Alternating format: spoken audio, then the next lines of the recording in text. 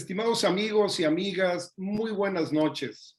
Como siempre, es un placer y es un honor recibirlos nuevamente en este episodio de Aprender y Compartir, en donde esta noche estamos desarrollando una de estas facetas que ha incorporado la Fraternidad de Profesionistas del Fútbol de México, que lleva por nombre Después del terreno de juego, ¿qué sigue?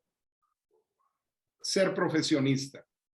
Y afortunadamente tenemos la amable compañía de tres extraordinarios jugadores de fútbol que además tuvieron el talento y la convicción, el compromiso de hacer una transición para llevar esos principios y valores del fútbol a la vida profesional.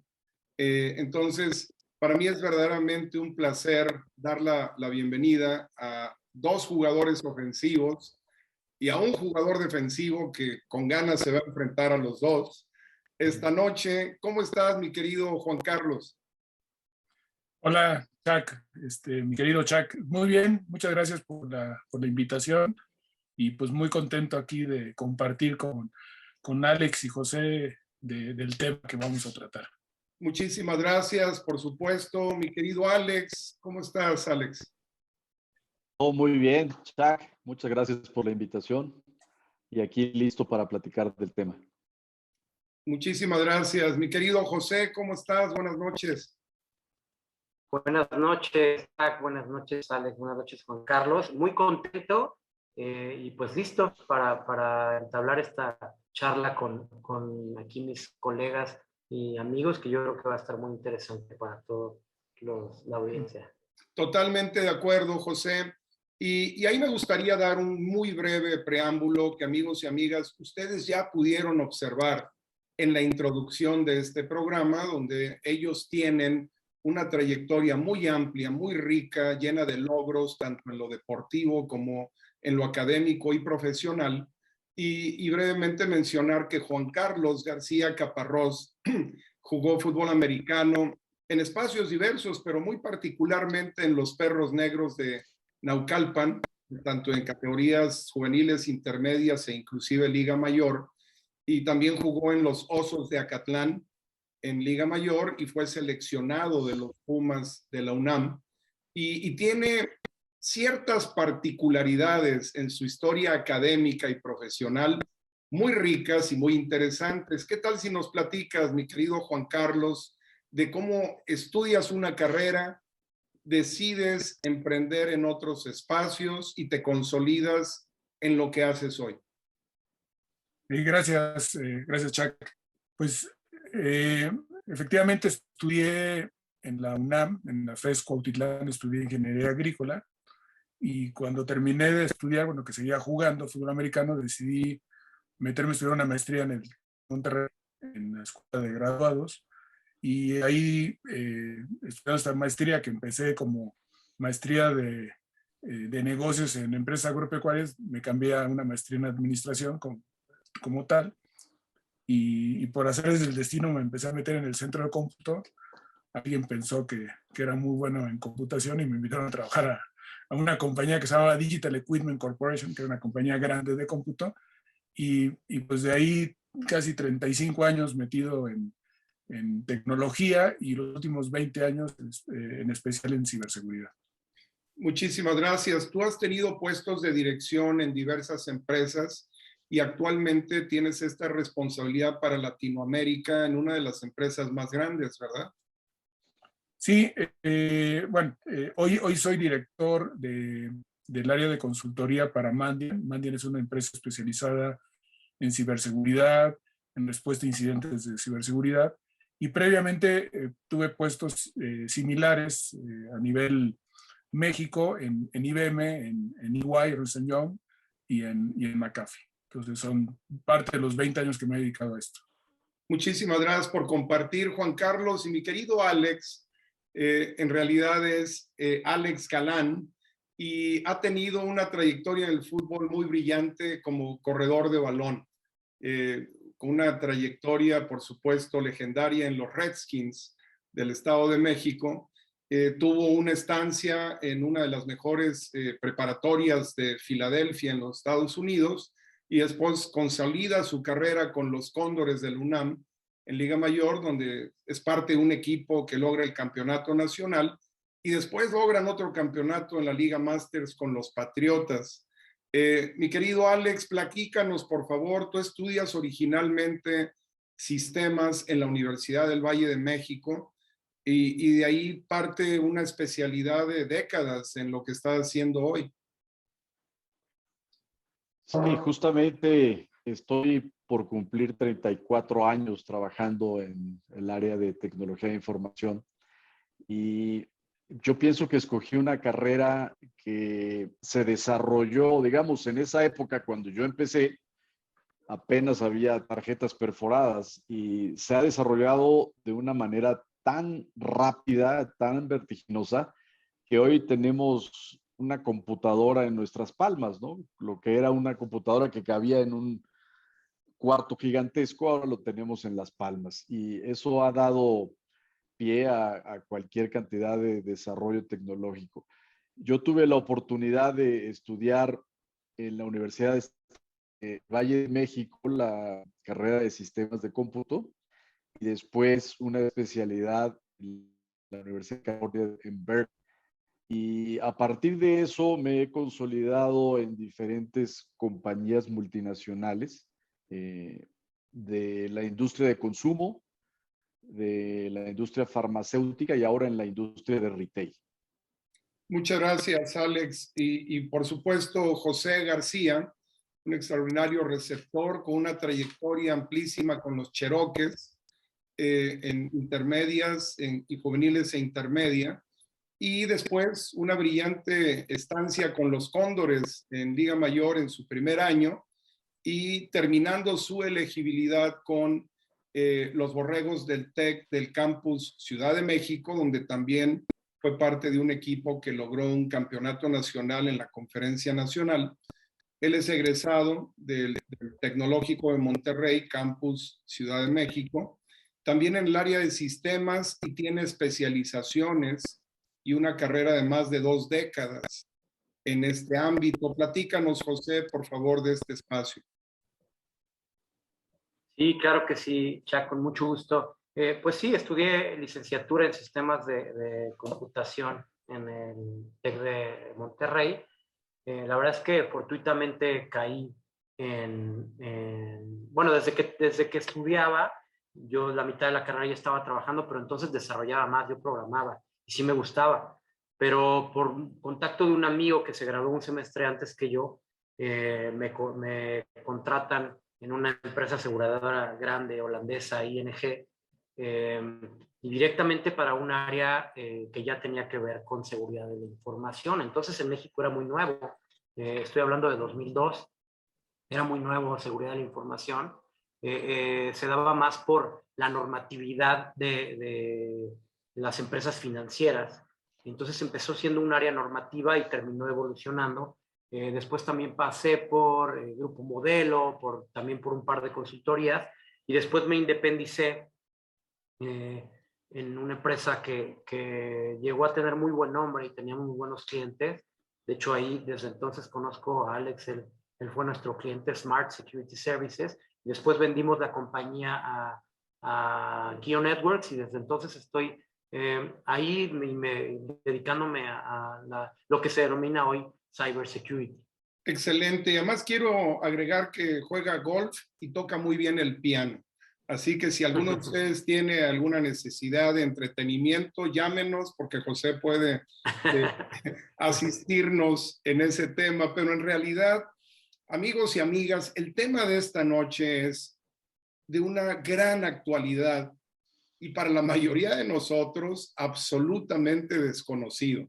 Es impresionante cómo todos los días, como mencionaba Alex, tenemos acceso tan directo a ciertos instrumentos y tecnología y simplemente nos dejamos guiar por ciertas instrucciones o por flojera o por total ignorancia y terminamos en una situación que puede ser grave riesgo, perdón, tanto en lo individual, grupal o empresarial.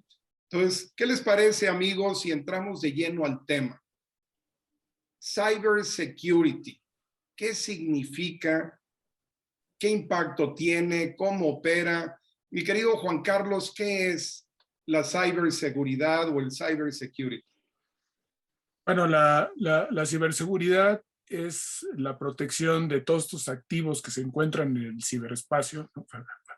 Que es, para decirlo en términos llanos, pues todo lo que tenemos en línea, que nos podemos conectar, y los activos pues pueden ser información, datos de personas, documentos, que son del interés pues, de los cibercriminales, porque de ahí pueden hacer espionaje o obtener dinero ilícito, obviamente, ¿no? Entonces, la ciberseguridad se dedica a hacer una protección de estos activos y de las metodologías y los procesos controles que se requieren para lo mismo. Qué importante lo que mencionas, porque me quedo con la palabra protección. Y al mismo tiempo, mi querido José, la idea de protección también tiene que ver con confianza. ¿Cómo opera esta plataforma o esta tecnología? ¿Cómo operan estos mecanismos que le brinden confianza, protección y seguridad a los usuarios?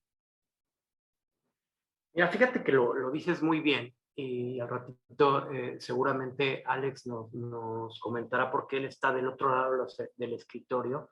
Juan Carlos y yo somos proveedores de nuestros clientes. Alex recibe los servicios, pero cuando te dedicas a cybersecurity o seguridad de la información, también denominada así, de lo que se trata es de allanar el camino para que el negocio suceda. Hay empresas que se dedican a producir electrodomésticos, a producir pan, a financieras, retail, en el caso de Alex, pero entonces el negocio es otro, ¿no? Entonces, los profesionales de cybersecurity como nosotros, de lo que se trata es allanar el camino. ¿A qué me refiero con allanar el camino? Justo a establecer las medidas de protección, afinando procesos, concientizando a las prácticas de las personas, implantando tecnología para que entonces el negocio pueda suceder de manera adecuada y no se esté distrayendo por una disrupción del servicio provocada por esto de la seguridad. Y de esa manera estableces la confianza. Mientras tus sistemas sean confiables en cuanto a que la información está disponible y tiene la integridad adecuada, es decir, que no la han modificado sin autorización o no la ha visto quien no la debe ver. Entonces así se establece la confianza para que el negocio pueda suceder. Gracias, José. Y mencionas justamente este enlace con Alex, cuya especialidad es la tecnología, que es un espectro muy amplio, Alex, y además que se está renovando, que está en constante evolución. Obviamente, tanto Juan Carlos como José mencionan algunos elementos desde la perspectiva de especialistas, y tú como alguien que contrata este tipo de servicios y que administra tecnología, ¿qué nos puedes platicar de este panorama?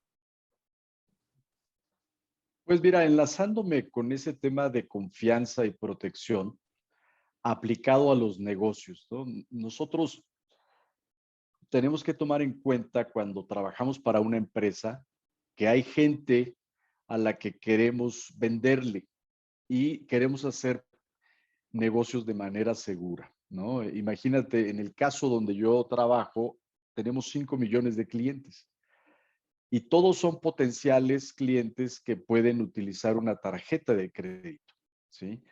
Yo hablaba hace rato de la evolución en el negocio de comercio, en el retail. La evolución ha sido muy clara y yo creo que ahorita lo podemos ver de manera muy evidente. Cuando teníamos hace unos 15 años tarjetas con bandas magnéticas y después fuimos adoptando las tarjetas que traen el chip, ¿verdad? Ahora ya existen los pagos a través de tu teléfono celular con contactless, ¿no? Acercando el teléfono. O una cosa que ha evolucionado tremendamente es las compras por internet. Y ahí es donde se necesita una cantidad de protección a los clientes potenciales, ¿no? Es una parte donde si tú no les puedes ofrecer confianza, nunca vas a lograr venderles, ¿no? Entonces es sumamente importante poder tener los mecanismos para proteger a tus clientes. Sin duda, y lo que mencionas, mi querido Alex, tiene implicaciones globales, ¿verdad, Juan Carlos?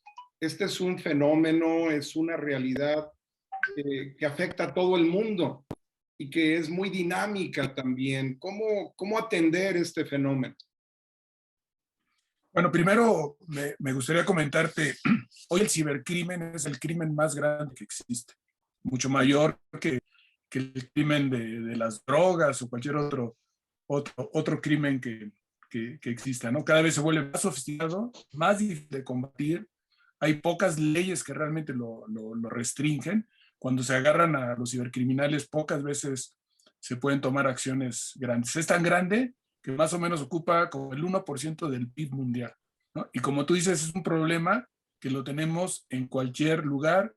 Todo el mundo está expuesto. No es cuestión de si eres atacado o no. La pregunta es cuándo vas a ser atacado y cómo vas a responder a esto. Entonces, sí es un tema mayor y afecta no solo a las empresas, sino a las personas. Entonces, creo que sí es muy relevante este tema que estamos tocando hoy, porque cualquiera puede ser afectado, ¿no? Y la verdad es que existen, José, diferentes estratos dentro del mundo de la tecnología, del Internet, y nosotros normalmente los desconocemos.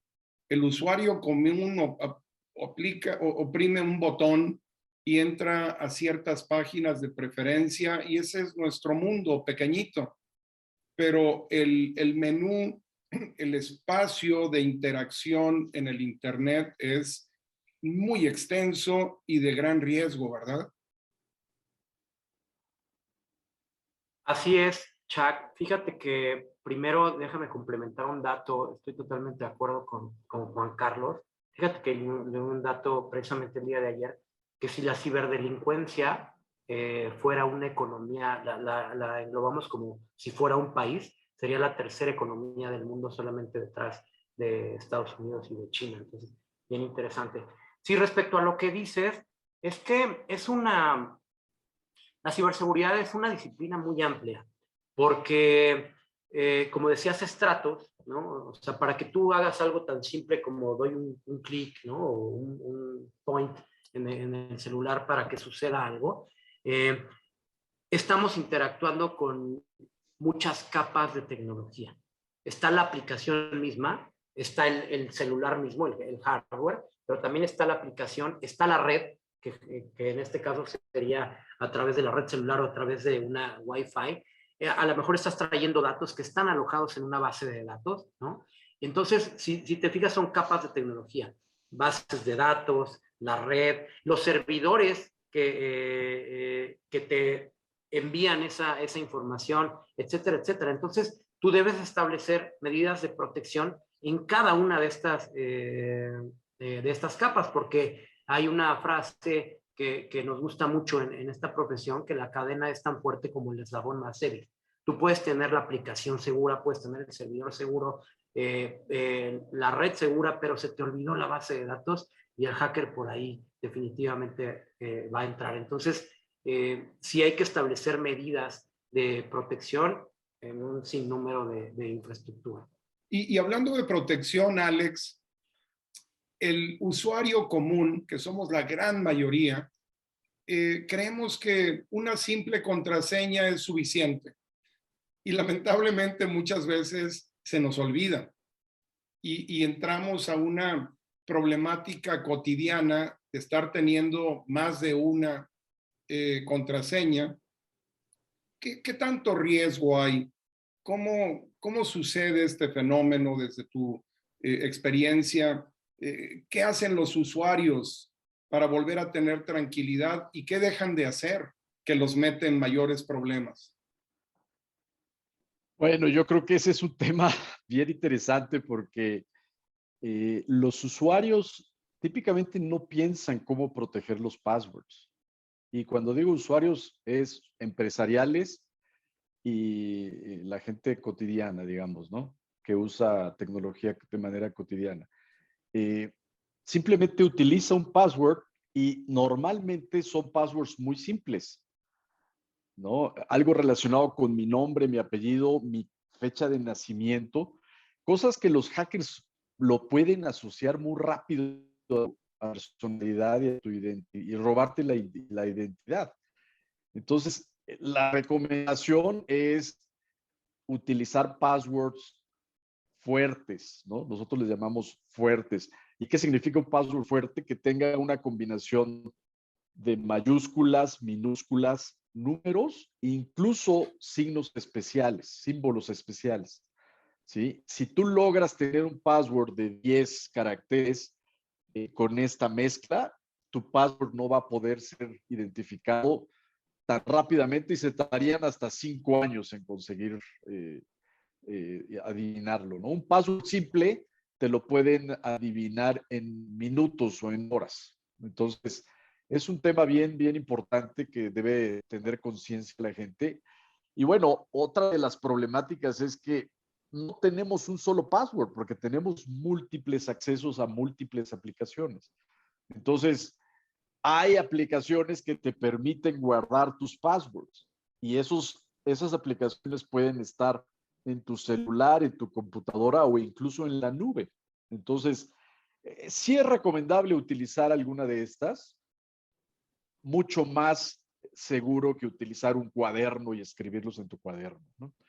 Entonces, ahí hay una gran variedad de herramientas que pudiéramos recomendar, no sé, a lo mejor un gorila para las aplicaciones de escritorio y algo como el Keychain o el LastPass en la nube que pudiera ser algo utilizable por todos ustedes. Surgen dos conceptos que a los que somos bastante ignorantes de este mundo, en el que ustedes son especialistas, nos llaman la atención. Y primero quisiera preguntarle a Juan Carlos, ¿qué es un hacker? Bueno, hay dos tipos de hackers, los hackers éticos y los hackers que son criminales, ¿no? Los hackers éticos nacieron como respuesta ante los criminales, ¿no? Un hacker es alguien que tiene la capacidad de romper tus accesos, de entender cómo entrar a tus sistemas o entrar a un sistema, romperlo y poder causar un compromiso, nosotros le decimos, es la palabra que usamos, ¿no? Comprometer los sistemas. ¿Qué es comprometer los sistemas?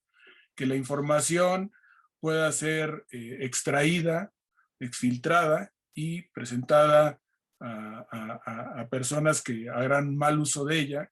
Te pueden provocar que la reputación de tu empresa se vea afectada, ¿no? Al exponer ciertos temas que son confidenciales, información de tus clientes. Entonces, los hackers se dedican a hacer esto, ¿no? Hay varias motivaciones. Lo que es importante en los hackers, ¿cuál es la motivación que tiene? Los primeros hackers que iniciaron, ¿se acordarán ustedes de la película esa de Juegos de Guerra, ¿no? Que eran unos chavitos que entraban y lograban penetrar el Pentágono y casi provocaban la Tercera Guerra Mundial. Bueno, eso fue en nuestros inicios, ¿no? En los inicios de Alex y mío, seguramente, ¿no?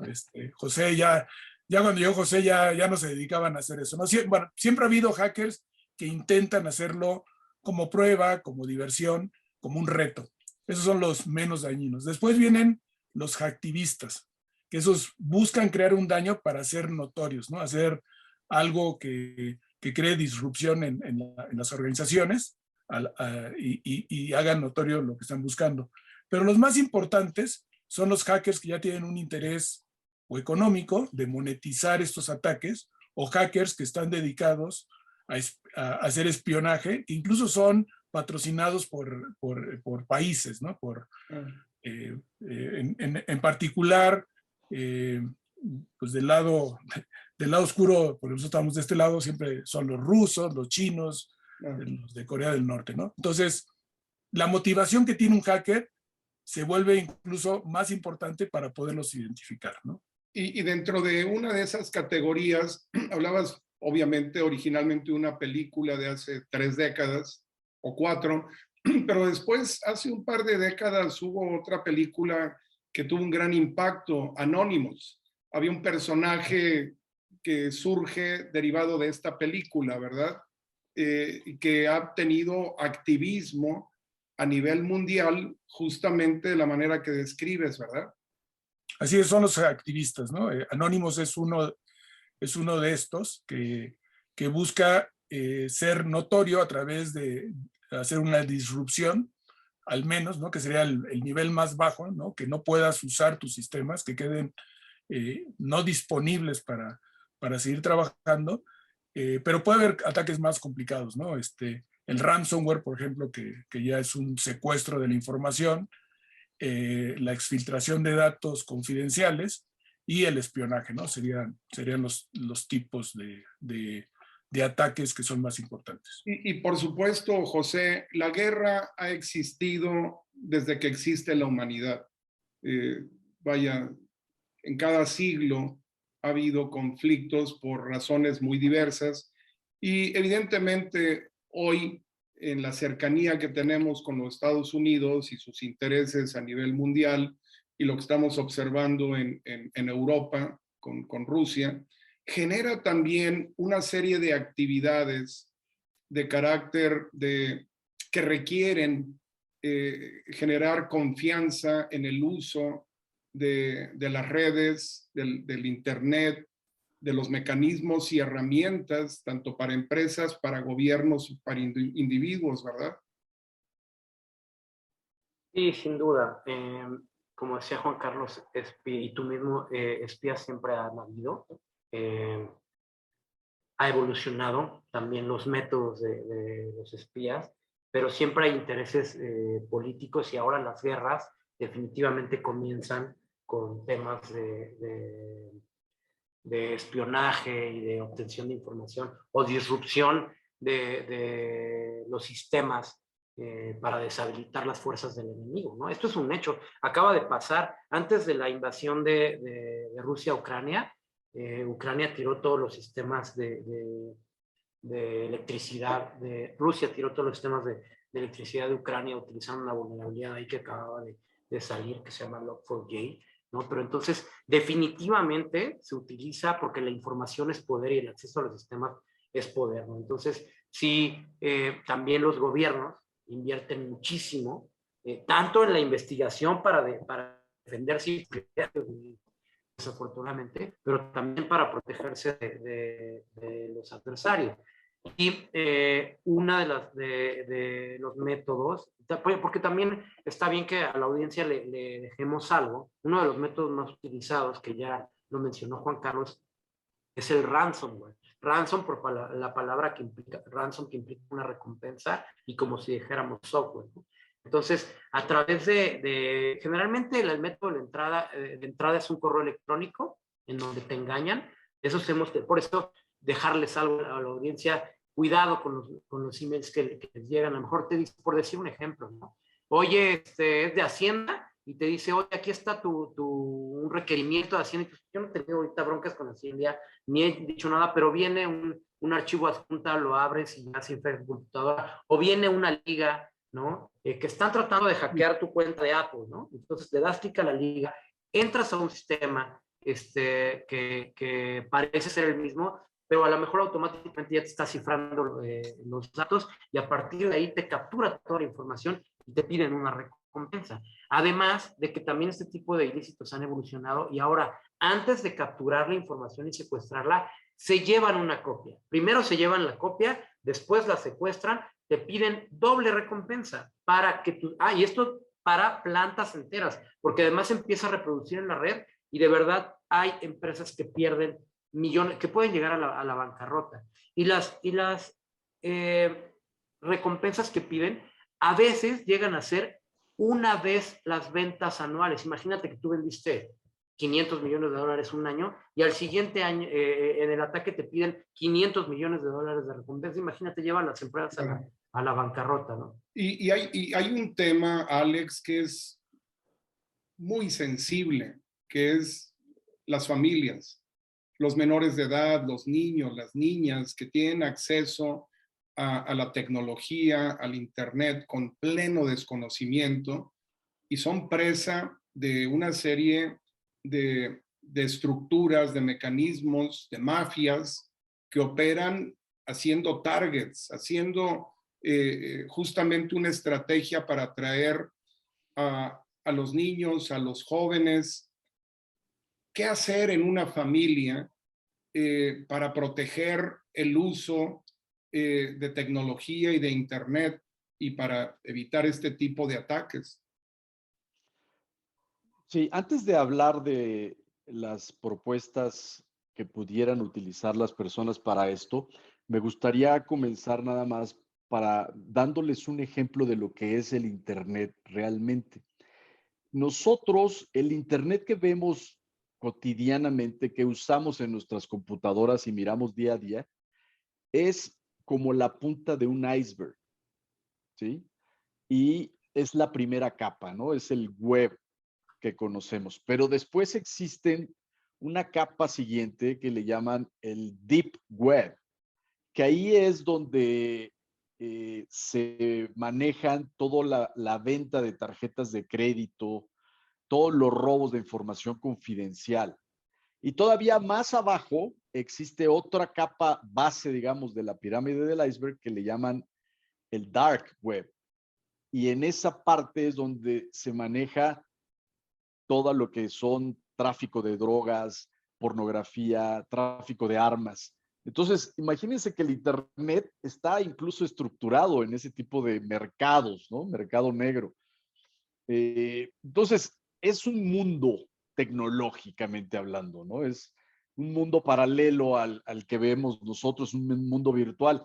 Y justo esa virtualidad nos permite acceder con una facilidad hoy por hoy a los diferentes sistemas que existen, ¿no? Las redes sociales, el correo electrónico, y yo creo que está relacionado con la conciencia de la protección de datos personales, ¿no? Es sumamente importante que nosotros mantengamos no solamente los datos de tarjeta de crédito, que con eso nos pueden hacer un fraude, sino todos los datos en general, ¿no? Los datos personales son sumamente importantes. Entonces, están relacionados a la protección de cómo hacemos nosotros el uso de nuestros datos en las redes, en Internet. Entonces, vuelvo un poco al comentario que tenía hace rato. Hay que protegerlos no teniéndolos en cuadernos, ¿no? Porque es el lugar más simple. Hay que buscar mecanismos y no tenerlos expuestos en la red, porque ahí es donde hay una situación de robo muy, muy importante.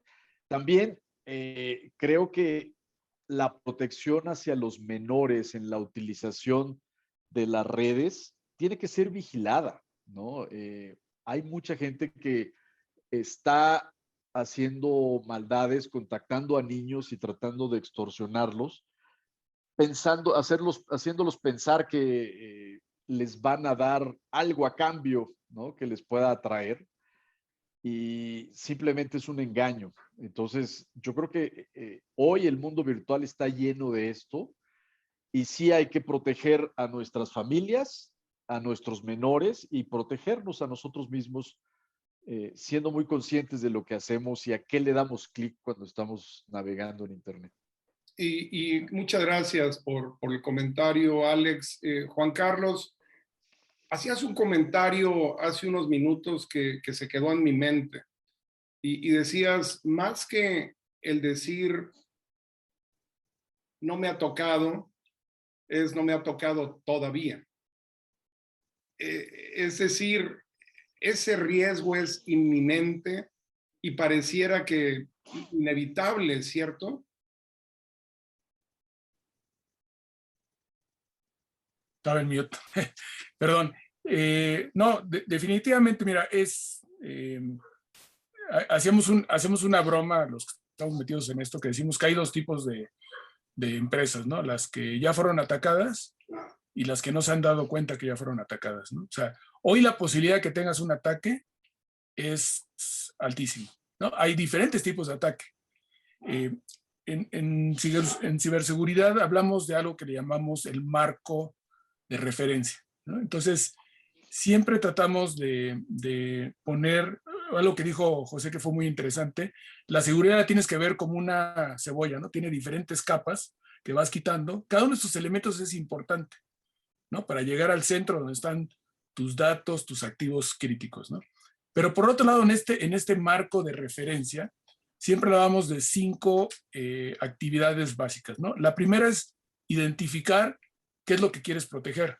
O sea, querer proteger todo es igual a proteger nada, ¿no? Entonces hay que proteger sobre todo lo que le llamamos las joyas de la corona. ¿Cuáles son esos datos importantes? Que son los datos confidenciales que mencionaba Alex. Obviamente los datos de tus tarjetas de crédito, los datos de tus clientes y de tus proveedores, ¿no? Después el siguiente paso es poner elementos disuasivos, ¿no? Que le sea más difícil al cibercriminal atacarte. Es como un criminal que va a robar un coche, pues se va a ir por el que no tiene alarma, por el que le dejaron las llaves puestas. Obviamente lo que sea más fácil, siempre lo van a hacer. Entonces, medidas de protección. Después viene algo que José se especializa, que es los elementos de detección. O sea, cómo saber que me están atacando, cómo enterarme inmediatamente. Hay ciertos señales que me permiten saber que estoy con la posibilidad de hacer un ataque. Una vez que están atacados, viene un elemento importante que es cómo te vas a recuperar de ese ataque. Entonces, ya que fuiste atacado, vienen una serie de tecnologías, de metodologías, de controles para poderte recuperar, para poder responder, lo dije mal, y finalmente poderte recuperar el negocio a como estabas, ¿no? Que es todos estos programas de recuperación, de continuidad que se buscan. Y mencionabas, José, justamente que hay empresas que corren un riesgo tan grande que pueden llegar a la bancarrota. Y aparte de la bancarrota, hay gente que puede perder la libertad, que puede terminar en la cárcel, comprometida en una negociación de la que ha sido víctima. Sin embargo, en términos de ciberseguridad, termina comprometida, ¿verdad? Sí, lo que pasa que pues delincuentes hay de todo tipo y están inminentes en la red. Y ahora con todo el uso de nuestros dispositivos, la navegación que hacemos, las redes sociales, pues definitivamente corremos ese riesgo. Entonces, la verdad es que hay que ser un poquito desconfiado. Como consejo a la audiencia, siempre hay que hacer un double check, ¿no? ¿Con quién estoy hablando? ¿Qué información le estoy dando? Hace rato que platicabas a las familias, que le preguntabas a Alex, hay sitios, hay organizaciones que te proveen un montón de información. En México había uno que se llama navegaseguro.com, y si ustedes buscan Safety, Navigation, Security, Organization, de verdad, así con esas palabras, les salen una lista de muchas organizaciones, hasta de fabricantes, que les dan mucha información segura. A los niños definitivamente se recomienda que naveguen en lugares públicos de la casa, que no estén en su cuarto con los dispositivos, que no tengan la computadora ahí, que no se lleven el celular allá, porque a qué edades empezamos a dar un dispositivo. Y además, regresando o cerrando hacia donde me preguntabas, siempre hay que pensar como si estuvieras en la calle, en un barrio un poco peligroso. No te vas a meter a cualquier lugar, ni te vas a meter de noche, ¿no? O sea, no porque de verdad solo lo navegues de día, me refiero a evitar los riesgos, no exponerte, ¿no? ¿A quién le das información? ¿De qué manera das información? ¿Cómo te cuidas? Que la cartera la tienes adelante. Igualito, son analogías que como te cuidas en la calle, hay que cuidarse en la navegación y en el uso del ciberespacio. Entiendo, es como prácticamente pensar que vamos caminando por Prepa 4 y a las 10 de la noche. Entonces, creo que entiendo muy bien el escenario, mi querido José. Los cuatreros eran duros. Sí. Gente fina y eternamente un saludo para todos mis hermanos de Prepa 4, conocida como Tacubaya High School, por cierto.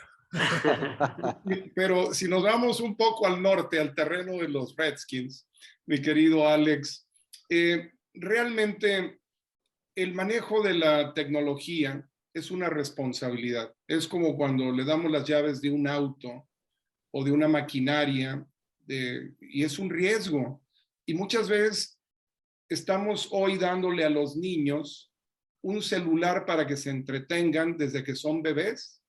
Esta generación está creciendo oprimiendo botones y la verdad es que crecen orgánicamente con la tecnología, pero sin la responsabilidad, obviamente. Pero los padres muchas veces, en la ignorancia o en la falta de voluntad, están exponiendo a los pequeños desde edad muy temprana, ¿verdad? Sí, sí, sin duda. Mira, yo creo que es válido porque esa es la vida que les está tocando a ellos vivir, ¿no? Es la era de la tecnología, entonces no los puedes privar, pero sí tienes que fijar límites, ¿no? Hace rato se mencionaba que no estén en su cuarto viendo tecnología, ¿no? Eso son medidas sumamente importantes. Ahora las compañías se están preocupando por desarrollar aplicaciones dentro del mismo sistema operativo que te permite fijar esos límites. Por ejemplo, en un iPad o en un teléfono celular, tú le puedes decir en qué momentos red, en qué momentos pueda utilizar al juego o en qué momentos pueda ver una película y qué tipo de películas puede ver, también utilizando ya la clasificación incluso por edades de las películas. Entonces, sí hay muchas formas que se Se está llaman parental intentando. control, ¿no, Alex?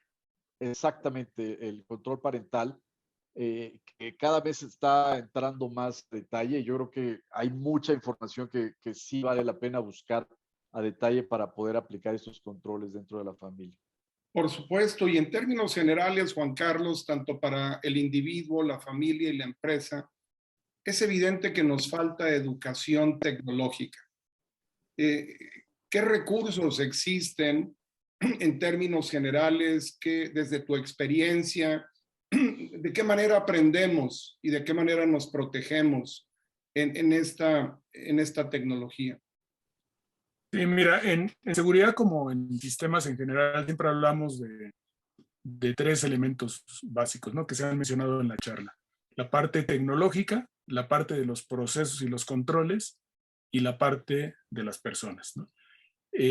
Siempre hablamos que el eslabón más débil son las personas y es el eslabón que está más expuesto a temas como la ingeniería social, que es eso que hacen los criminales para obtener información valiosa, que lo hacen de una forma pues muy inteligente, paso a paso, a veces toma varias interacciones para poder obtener la información que quieren y lo hacen muy bien, ¿no? Y aparte, hoy tenemos este tipo, pues en los fraudes hasta telefónicos, ¿no? No necesariamente tiene que ser a través de una computadora. Entonces, los programas son lo que buscan es primero sensibilizar a las personas, saber que existe un riesgo, porque estamos hablando de un tema de riesgos. Y eso es lo que tienen que entender. Cuando logramos que las personas que de cualquier edad entienden que hay un riesgo intrínseco ante no hacer ciertas cosas, pues ya podemos empezar a hablar. Después hay que crear conciencia, ¿no? La conciencia es saber qué tendrían que hacer, ¿no? Y después siguen los programas de educación, entrenamiento y de validación que ese entrenamiento tuvo un efecto, porque si nada más nos quedamos en el puro entrenamiento y no se hacen pruebas de que ese entrenamiento fue suficiente, pues es probable que el ciclo no se cierre, ¿no? Entonces hoy en los programas que tenemos enfocados hacia las personas, que también lo podemos hacer con controles, procesos y tecnología, buscamos cubrir esas 3 o 4 etapas que acabo de mencionar ahorita. Excelente la descripción de estas herramientas, Juan Carlos y José. Justamente hablando de las personas, como mencionaba Juan Carlos, ¿cómo funcionar, cómo protegernos ante la tentación constante que nos brindan nuestros amigos, nuestra gente cercana de, te recomiendo esta app, tú entra y bájala? Yo desconozco, nunca he conocido a una persona que haya leído todo lo que viene todas las letras y las páginas antes de oprimir estoy de acuerdo. ¿Qué haces contra ese escenario? Mira, hay dos principales plataformas de teléfonos celulares, aunque hay más, ¿no? Es las de Apple y las de sistema operativo de Google Android, ¿no? Que lo hizo público. Apple lo tiene más controlado. A través de su tienda es un poco más controlado el software y las aplicaciones que están disponibles. Es decir, que sean, que se puedan vulnerar, pero está un poco más controlado. En Android es más difícil. Entonces, mi recomendación en ese sentido es que tratemos de descargar aplicaciones de fabricantes más conocidos, de empresas conocidas. Y también cuando vas a descargar una aplicación, ahí están los reviews de los usuarios, ¿no? Así como vamos a comprar en Amazon, hay que leer los reviews de qué tal está el producto. Lo mismo en las aplicaciones, hay que revisar el fabricante y tratar de no descargar aplicaciones que son de procedencia dudosa. Yo creo que sigue siendo válido la analogía de la calle. No hablas con extraños, no te le acercas a cualquiera. Si hay un producto que se están vendiendo en el tianguis que parece de procedencia ilícita, pues mejor no lo compras. Es la misma analogía. Como dice bien Juan Carlos, hay que saber que hay un riesgo y que todo el tiempo tengamos ese sensor prendido para poder cuidarnos un poco mejor y evitar entonces la tentación de descargar algo que pues, puede estar padrísimo, pero te metes en problemas. Por supuesto, y Alex, evidentemente tú eres responsable de una operación muy grande en un ambiente multinacional y que involucra a muchas empresas y a muchísimas personas. Y yo entiendo que muchas veces las organizaciones, las corporaciones, tienen especialistas, como es tu caso. Y muchas veces hacia adentro de la organización hay muchísimos candados. Ya existe toda una cultura y aún así muchos de los empleados desconocen realmente el cómo utilizar las herramientas, cómo trabajar hacia adentro de una organización o de organizaciones grandes como en la que tú eres especialista para crear una cultura de protección. Mira, la primera recomendación es que la seguridad no necesariamente es sistemas, ¿no? Estamos acostumbrados a, ve con el de sistemas o él es el encargado de sistemas. La primera recomendación es que haya un encargado de seguridad, ¿no? De ciberseguridad en las empresas, ¿sí? Independientemente de que haya un encargado de sistemas y tecnología, ¿no? Que pueden trabajar en la misma área, sí, de acuerdo, pero son tan amplias los campos que es sumamente importante tener esa separación de roles. Pero bueno, yo creo que hace rato se platicaba, el eslabón más débil son las personas, porque la tecnología típicamente no falla, se crea para que no falle, pero hay que configurarla, hay que decirle cómo trabaje, y eso típicamente lo hacen los humanos, ¿no? Entonces ahí es donde está la necesidad de un entrenamiento y de una concientización para quienes usan después esa tecnología, ¿no? Yo creo que implementar programas de entrenamiento constante y de concientización es clave para que te mantengas al margen, ¿no? Es muy difícil decir que nunca vas a ser atacado o que nunca vas a ser vulnerado, pero sí necesitas tener un programa emprendiendo todo este tipo de esfuerzos, ¿no? Buscando cuáles son los elementos clave de tu organización, cuáles son tus activos clave y cómo los vas a proteger. ¿Y cómo le vas a dar mantenimiento a esa acción? No es solamente una vez o una vez al año. Constantemente hay que estar actualizando los sistemas porque es lo más dinámico que existe hoy en día, ¿no? Se le llaman típicamente parches. Hay que estar parchando el software para poderlo sellar. Y hablando en términos de fútbol, tienes que estar agregando paquetes a tu plan de juego, a tu filosofía, tienes que seguir agregando nuevas jugadas para estar en el juego. ¿Qué les parece si precisamente hablando de juego, cada uno de ustedes toma cápsulas que consideren que puedan ser de interés para la comunidad de manera libre, comentarios que ustedes crean que es importante que los amigos y amigas que nos escuchen se lleven esta noche? ¿Quién quiere iniciar? Adelante, Juan Carlos. Mira, hay un tema que hemos sido recurrentes todos, que es la concientización. Y yendo un poquito más a fondo, hay algo que hemos estado trabajando en contra de una realidad que hoy sucede, ¿no? Los cibercriminales colaboran entre ellos. Son muy capaces, están muy bien preparados. No son gente advenediza que se les ocurrió hoy ser hacker y tomó un curso rápido, ¿no? Son grandes empresas que además colaboran, tienen una cadena de suministro, unos hacen una parte de la cadena de ataque, el otro la continúa, se colaboran entre ellos. Y lo difícil es que ese es el lado oscuro de la fuerza, ¿no? Del lado de la fuerza, del lado de la luz, no lo hacemos tanto, ¿no? Compañías que nos dedicamos a esto y colaboramos realmente poco, pero empieza a haber un cambio en eso. Eso se llama, en los términos que, como lo referimos nosotros, se llama la conciencia situacional. Entonces, crear un ambiente en que diferentes personas que queremos proteger a nuestras empresas, proteger a nuestras familias y protegernos como gremio, empecemos a colaborar, a compartir información, hacer que todas esas entradas nos permitan predecir qué es lo que viene y tomar acciones en contra de eso.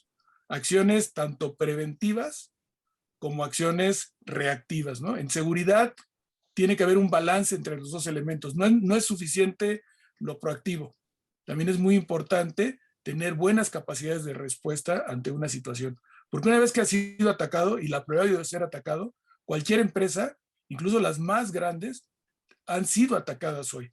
Entonces, las capacidades que tengan de respuesta para poder recuperar eso van a ser tan importantes como las capacidades que tenían de prevención. Y es justamente como el fútbol. Tienes que jugar ofensiva y defensiva y equipos especiales. Y en esa parte de equipos especiales, mi querido Alex, ¿qué comentarios te gustaría compartir con la audiencia esta noche? Pues yo creo una recomendación para todos los que trabajan en una empresa, ya sea propia o en alguna organización empresarial, ¿no? Yo creo que es sumamente importante evaluar la situación a nivel seguridad de la empresa, ¿no? Porque, pues, lo hemos dicho constantemente en la plática, es sumamente importante para la continuidad del negocio, ¿verdad? Entonces, yo lo que sí les recomendaría es que buscaran a expertos, les apoyen en hacer una evaluación de su situación actual, de cómo está todos sus sistemas de cómputo y su tecnología, su software, y además que busquen tener una prueba, ¿sí? Hay compañías que se dedican a hacer pruebas de penetración, ¿sí? Simuladas. Hace rato lo comentaban, como hackers éticos, ¿no? Entonces hay que buscar cuáles son esas oportunidades de mejora y la única forma es probándolo constantemente. Entonces, una recomendación es hacerlo un par de veces al año. Excelente. Y es mantenimiento. Regreso al tema del fútbol. Quieres estar en el juego, necesitas prepararte y tener un acondicionamiento, ¿verdad, José? ¿Qué más comentarios quieres brindar de manera... has hecho tú varias recomendaciones prácticas. ¿Qué más nos puedes poner en la mesa esta noche? Claro que sí. Fíjate que, bueno, recuerda la película John Travolta y Nicolas Cage contra Cara, en inglés Face Off, sí, ¿no? Que les cambian el rostro.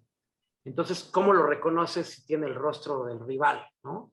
Entonces hay una escena en donde va con su esposa y le tiene que creer, pues es el rival que odian. Entonces empieza a decir cosas que solo él sabía y solo ella sabía, ¿no?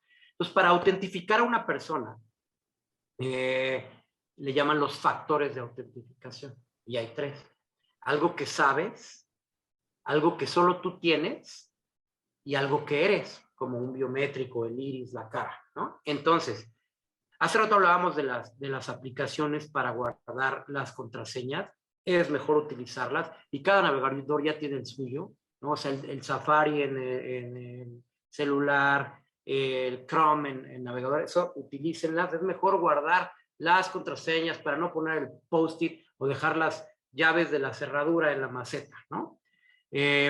Y activar el segundo factor de autentificación, que muchas aplicaciones ya lo brindan. Afortunadamente sí ha evolucionado. Y hablando de las redes sociales, Facebook tiene el doble factor de autentificación, Instagram lo tiene, el WhatsApp lo tiene, ¿sale? ¿Esto qué quiere decir? Que aparte de contraseña, ¿no? La única persona que tiene tu celular eres tú. Por eso algo que sabes, algo que eres y algo que tienes. Tu celular eres tú. No sé si se han fijado que a veces te das de alta y te llega un SMS con un código, porque entonces así validan que sí eres tú, porque solo tú tienes tu celular, ¿no? Entonces hay que activar estos métodos de doble factor de autenticación, aparte de cuidar las contraseñas, y simplemente con eso, que no es tan trivial, pero tampoco es rocket science. Con eso seguramente las personas que nos escuchan llevar el nivel de seguridad de las aplicaciones que utilizan. Excelente, excelente comentario. Y mi querido Juan Carlos, es bueno tener muchas contraseñas porque de pronto tenemos 10 aplicaciones y estamos conectados con ciertos comercios y servicios y se nos olvidan. O como dice Alex, las anotamos en un cuadernito y de pronto el cuadernito se perdió. Hay quienes las anotan en el propio teléfono. ¿Qué estrategia seguir con el tema de las contraseñas? Bueno, Alex lo mencionó, los vaults, estos de contraseñas. Hay varias aplicaciones que te permiten guardar las contraseñas. Sin duda sí es recomendable no usar la misma contraseña en todas tus redes sociales y menos en tus cuentas bancarias, ¿no? Que sea la misma, que sean contraseñas que no contengan datos, ¿no? O sea, ¿cuántos de nuestros amigos tienen en sus contraseñas el número 81, ¿no? No sé. algunos, ¿no? Y déjame decir que alguien así. Algo que es interesante, ahorita está, pero ya, esto ya es en serio. Sí, yo sé que eres un hacker, espero que seas un Exactamente, o sea, seguro ya adiviné que hay un 81 en alguna de tus contraseñas. Pero estos indicios que estamos dando, ¿no? Tú, por ejemplo, aquí tienes tu pantalla y tienes ahí atrás tus jerseys. Que estás dando... esa es mi contraseña de todas mis cuentas. Es Cóndores México Pumas 81, ¿no? Seguramente todo junto. Pero damos muchos datos todo el tiempo, ¿no? Entonces, sin duda, hay que tener contraseñas diferentes para las diferentes aplicaciones, sobre todo las críticas, las que no te importa mucho que te roben la información. Yo creo que en todas, porque todas esas es muy fácil que tengan pedacitos de información tuya y cuando lo logran juntar pueden acceder a cosas más importantes como empresa o como personas, ¿no? Los ataques a las empresas son a través de las personas, ¿no? Sin duda son los que caen, son el principal elemento, el principal vector de ataque, la entrada, que lo mencionaba hace rato José, son los correos, pero en especial los correos que traen phishing, ¿no? Ese término que hoy le llamamos que es salir a pescar, es salir a encontrar esos pequeños datos y a través de varias interacciones pueden completar la fotografía completa de ti. Entonces, sin duda, usar contraseñas, usar herramientas que me permitan guardar estas, no repetirlas, no usar elementos que sean obvios de mi persona, ¿no? Te metes a Facebook y si ven que yo jugué en perros negros, pues seguramente van a pensar que parte de mi contraseña en algún día dice perro o dice negro, ¿no? Y que además a alguien que le dicen el perro y lo presume. Es probable. En su es probable. Yo ya estoy actuando en mi defensa también, mi querido. Yo sé, nos estamos exponiendo ambos aquí. Estoy aprendiendo rápido. Y mi Alex, ¿qué tan frecuente cambiar las contraseñas, y porque tenemos Facebook, Instagram, y luego están enlazadas, y hay YouTube, y por supuesto, todas las diferentes aplicaciones que hay. ¿Qué te parece a ti? ¿Con qué frecuencia cambiar? ¿Cuáles más pronto que otras? ¿Qué opinas? Sí, tiene que haber un balance, porque si no, después se vuelve inoperable, ¿no? Cambiar cada vez que entras a usarlo, pues sería lo ideal, pero sí necesitas una frecuencia de al menos 3 meses para cada cuenta, ¿no? Esa sería mi recomendación. Quizá algunos que no sean tan maníacos, pues lo lleven a 2 veces al año, ¿no? Cada 6 meses. Pero sí, es muy, muy recomendable, como decíamos hace rato, utilizar passwords largos, combinados, mezclando caracteres, números y símbolos, y cambiarlas constantemente. José, ¿a quién acudir? Frecuentemente hablamos o estamos en redes sociales y nos dicen, me hackearon, alguien me mandó este mensaje en lugar mío. ¿Qué hacer cuando alguien sospecha? Y además creo que con ignorancia a la ligera decimos, me hackearon, cuando en realidad desconocemos qué sucedió, pero evidentemente hubo alguna invasión a nuestra privacidad o hubo alguna intervención de nuestras comunicaciones. ¿Qué recursos tiene el público en general cuando se pierde esa privacidad y esa seguridad? Ok, lo primero que yo recomendaría es cambiar las contraseñas, no nada más de la aplicación en donde sospechamos que fuimos hackeados. Cambiamos las contraseñas de todos lados, lo reportamos. ¿A quién reporta? ¿A quién se reporta? Lo reportamos en las mismas aplicaciones, ¿no? Cambiamos nuestras contraseñas y bueno, siempre hay que buscar un especialista porque esto sí puede llegar a mayores. O sea, un robo de identidad de una red social puede llegar a temas muy importantes de un daño gravísimo a la imagen y a la reputación, porque ahí tenemos a nuestros amigos, a nuestras familias, a nuestros compañeros de trabajo. Entonces sí puede haber algo grave, ¿no? Pero entonces cambiar las contraseñas. Mientras me preguntaba, me vino una parte de la respuesta que consideraba muy importante. Se me fue la onda ahorita que avancemos, seguramente lo voy a recordar. Pero bueno, pues sí contactar a alguien que sea especialista. Nosotros tres estamos ahí a sus órdenes, ahí a toda la fraternidad, sí, con algún consejo que podamos dar inmediatamente. En unos momentos vamos a entrar a la oportunidad de compartir algunos contactos, pero mi querido Juan Carlos, ¿a qué autoridad, por ejemplo? ¿A quién acudimos para evitar que haya verdaderamente un crimen, aparte de cibernético, de carácter penal, que tenga en riesgo nuestro patrimonio o inclusive nuestra libertad? Y mira, aquí lo voy a dividir en dos partes la respuesta. Una, en los individuos, en las personas, ¿no? ¿Qué tendrían que hacer y qué tienen que hacer las empresas? Que es diferente. Sin duda, esto que acabas de comentar, hay consecuencias que pueden ser penales. El robo de identidad, ahorita que mencionaba José, puede llegar a fraudes tan grandes como que te metan una hipoteca de una casa, que nunca tengas la casa y que tú tengas que pagar todo, que no puedas volver a usar esto. En Estados Unidos hay, y también en México, pero ha sido más frecuente en Estados Unidos, hay seguros contra robo de identidad. Si a ti te llegan a atacar y pierdes tu identidad, puedes estar hasta 2 años sin poder usar tus tarjetas de crédito. Nunca más si no haces nada, y tendrías que acudir a algunos de estos especialistas que lo hacen. A nivel individual, cuando te roban la identidad, no es una cosa menor, como lo decía José. O sea, te pueden vaciar tu cuenta de banco en minutos, o te pueden crear un daño reputacional importante, ¿no? Toda esta parte, incluso del bullying, ¿no? De información tuya. Extorsiones a familiares. Extorsiones, etcétera, ¿no? Secuestros y obviamente todo lo que tiene que ver con un nivel superior de ingeniería social enfocada incluso hasta el rapto de gente y todo esto.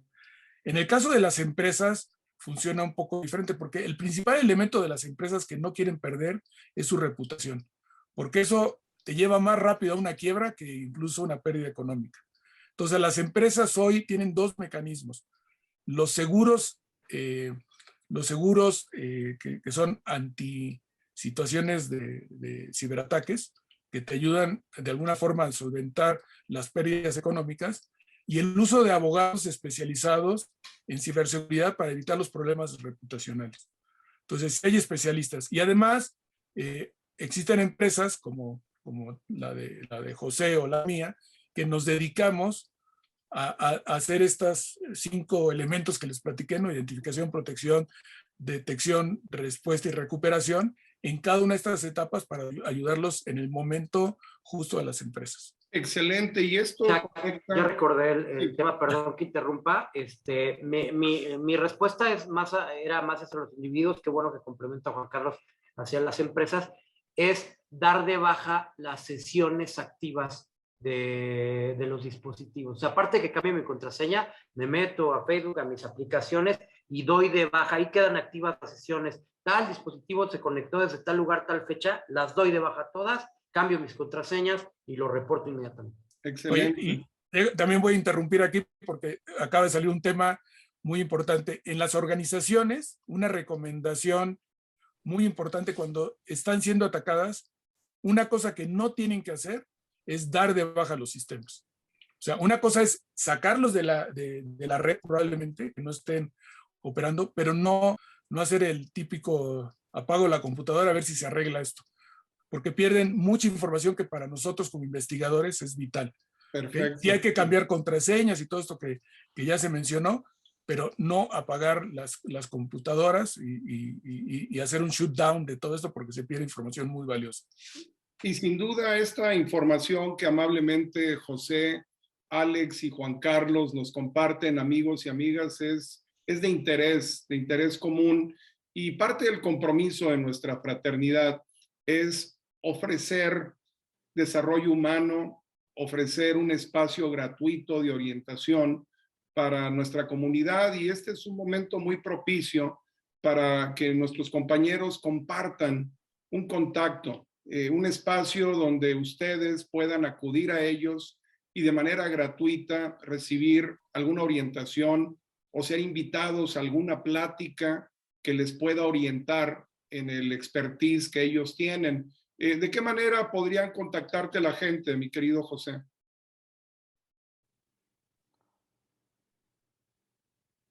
Claro, Chuck. Yo creo que por correo electrónico, el correo electrónico que es más fácil que utilizo es jose.gs, que son las iniciales de mis apellidos que están en pantalla, jose.gs@mi.com, me.com. Muchas gracias. jose.gs@mi.com. Muchas gracias, José. Mi querido Alex, ¿algún contacto para que alguien pueda acercarse a ti? Sí, con todo gusto, mi correo electrónico galan.alex@hotmail.com. Muchas gracias, Alex. Juan Carlos. Iba a decir mi correo personal, pero pues, me voy a exponer porque Te vas a exponer. El personal es perro32@yahoo.com.